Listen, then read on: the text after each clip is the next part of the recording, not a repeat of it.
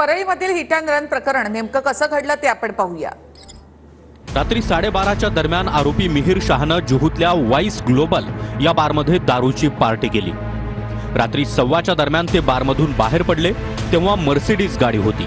सूत्रांच्या माहितीनुसार आरोपी मिहिर शहा त्याच गाडीनं गोरेगावच्या दिशेनं त्याच्या मैत्रिणीकडे गेला। तिथून त्यानं स्वतःची BMW गाडी घेत ड्रायव्हरला लॉंग ड्राईव्हवर जाण्यास सांगितलं।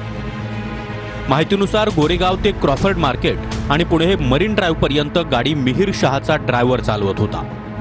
पुढे मिहिर शहानंच गाडी स्वतःकडे चालवायला घेतली।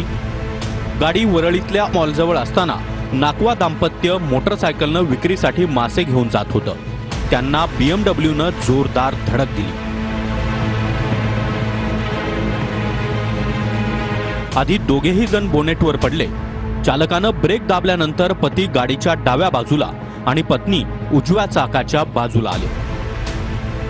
आरोपांनुसार त्यावेळी महिलेची साडी गाडीच्या चाकात अडकली होती।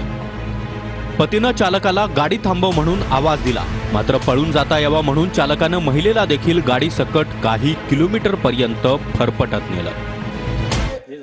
आमदार